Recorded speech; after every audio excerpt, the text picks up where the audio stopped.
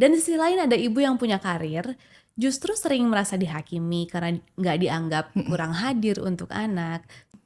Sekarang aku mau balik lagi mengenai ibu yang berada di rumah dan ibu yang bekerja. Oke.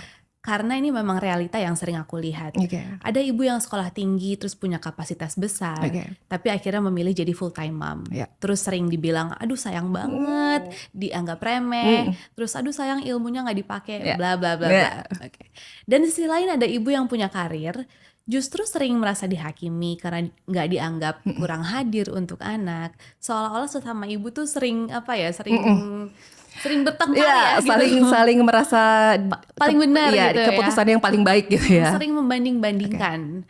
Nah, menurut Bu Ana kenapa kondisi ini masih sering terjadi sampai sekarang? Oke. Terutama sekarang sosial media di mana-mana ya.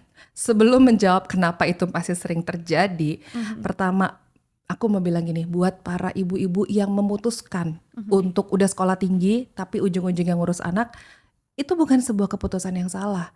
Untuk bisa membesarkan generasi yang cerdas, butuh ibu yang cerdas kan. So ilmu kita itu nggak pernah sia-sia. Pasti akan sangat-sangat berdampak, bayangin dari seorang ibu lahir sebuah generasi. Ya kan? So that's why kenapa ibu-ibu harus cerdas. Kalaupun dia memilih untuk sekolah tinggi tapi akhirnya tidak berkarya di korporat atau dimanapun itu, nggak apa-apa.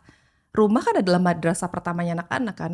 Ya memang butuh ibu yang cerdas. Atau sebaliknya, kalau ibu-ibu yang memilih untuk bekerja, nggak apa-apa juga. Tadi balik lagi, kalau aku pakai mindsetnya NLP. Semua keputusan yang kita ambil adalah keputusan terbaik saat itu.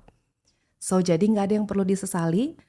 Nggak ada yang perlu disesali karena ketika kita memutuskan baik jadi ibu bekerja atau jadi full time mom, itu adalah, sekali lagi aku highlight, itu keputusan terbaik saat itu. Padahal kalau dipikirin full time mom atau working mom tuh sama-sama berperang ya, cuma medan perangnya aja yang berbeda ya. Betul. Jadi nggak ada yang satu lebih baik daripada yang lain. Bukan mana yang lebih baik, ini hanya berbeda aja sih.